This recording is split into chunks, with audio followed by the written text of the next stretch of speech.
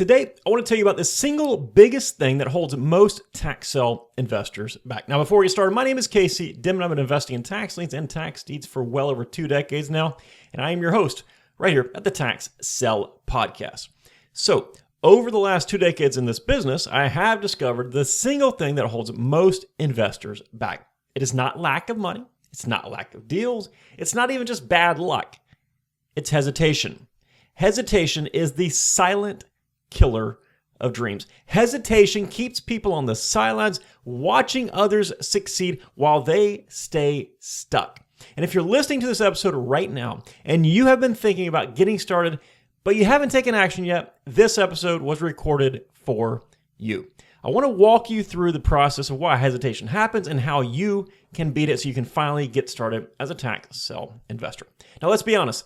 Tax sale investing is not something that you learned about in school. At least I didn't. It's different. It sounds unusual. There's a lot of moving parts to the whole tax sale thing, and that's intimidating to a lot of people. There's 2 major reasons that people hesitate. The first one is analysis paralysis.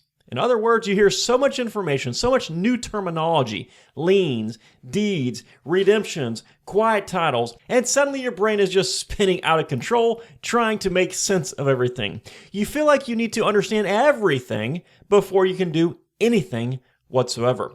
And the next way is what I call the information scavenger hunt. You get a piece of information about the tax sale business over here, another one over here, maybe a YouTube video down here, maybe an article you find online, maybe a buddy tells you something about it. The problem here is that you only get a few pieces of the puzzle and you aren't even sure exactly what you are trying to solve. So that leads to a lot of confusion and then ultimately inaction.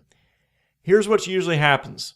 Some people rush in after hearing that you can make quick money with tax deeds. They buy something they don't understand, they lose money, and they quit forever. Others never buy at all. They just collect bits and pieces of information. They tell themselves, one day I will get started.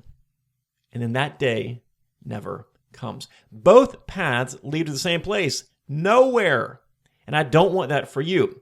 So I've got a 3-part solution that I want to discuss with you today. The first thing right out of the gate, you have to learn the business the right way. This is where a lot of people get tripped up. They think that a few YouTube videos or a free PDF they found online is enough real education. It's not. Imagine trying to become a doctor by reading a couple of blog posts. That's crazy, right? It's insanity. Yet people approach tax sale investing with the same mindset. People want to invest 15 minutes to learn a skill that will, when done correctly, make them substantially more than a doctor who spent 8 years plus in school. This is a business. And like any business, there is a learning curve. You need to understand the differences between liens and deeds, what redemption means in your state, how the laws work in your state, all about title issues, how to research properties, how to perform due diligence, exit strategies, marketing, and all sorts of other things. And let me pause here, because you don't have to learn everything before you start.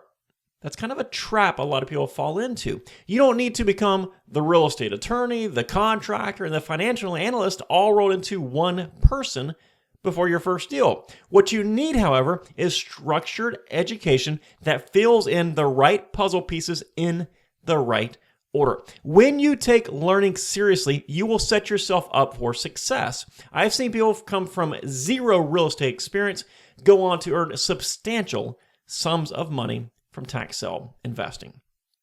But it wasn't luck. It was because they respected the learning process. So do not dabble. Don't treat this like a Powerball ticket. Treat it like a business you are determined to master. Focus on learning the proper way to invest from day number 1. A great place to start is obviously going to be something like we offer at taxsaleacademy.com. Next step, once you understand the fundamentals, it's time to practice without the pressure. Think about how pilots train. They don't just hop into a 737 with 200 passengers on day number 1. They start small. They practice in simulators. They do flight hours with flight instructors. They prepare until they're confident, until they're ready. And even then, they're constantly learning and getting better. You need to do the same thing here as a new tax sale investor. pull auction lists from the counties and pretend you're going to those auctions to buy properties. Go through all the motions, perform due diligence, check values, look up ownership records, look at aerials, determine max bid amounts, everything. Then visit the county websites and dig even deeper into their frequently asked questions pages. Study their processes. Every county is slightly different. So the more you expose yourself to it, the more comfortable you'll become. And then attend auctions, but not to bid. Attend auctions just to watch. If they are in person, go there, sit in the back, and simply observe. If they're online, register, log in, watch how fast the bidding moves, how deposits work, how winners are declared. Again, become comfortable with the process. That's the whole goal here. And a pro tip, by the way, is to keep a journal of your practice sessions. While you are at an auction, perhaps, maybe there's something that confuses you. Write it down. That way you can go back and learn about that specific thing. For example, maybe you do not understand why a property was pulled from the sale at the last minute, or maybe why the bidding was so high on a specific piece of property. Note it, then go find the answer after the sale. This cycle, learn, practice, and then plugging in those knowledge gaps builds confidence and momentum. So by the time you're actually ready to buy, you have already rehearsed multiple deals in your head without risking a dime. And then the third step, take action. You have to do the work. You have to take action. And this is the part where so many people freeze. Maybe they've learned, maybe they've even practiced. And then they sit on the sidelines waiting for the, end quote, perfect property. The truth is, there's no such thing as the perfect deal. But there are plenty of good deals that will get you moving along. Now, I'm not saying you need to go and you need to rush into something tomorrow. Don't pressure yourself with arbitrary deadlines like, I have to buy something within 7 days.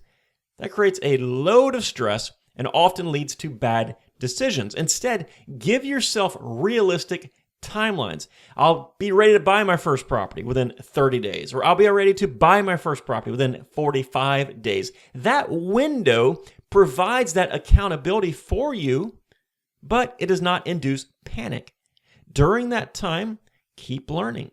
Keep practicing, and most importantly, keep evaluating properties so when the right one pops up, you know it, you're ready to jump all over that opportunity. But again, let me emphasize this. Do not force it. If the right opportunity does not show up in 45 days, that's okay. Stay patient. The goal is not to buy fast, it's to buy smart. The ones that force themselves into buying a property in 7 days or 30 days or whatever it is, they are oftentimes the people that buy the properties where they lose a lot of money. But here's the difference between successful investors and those who never make a dime. When the right property does appear, they don't hesitate. They act.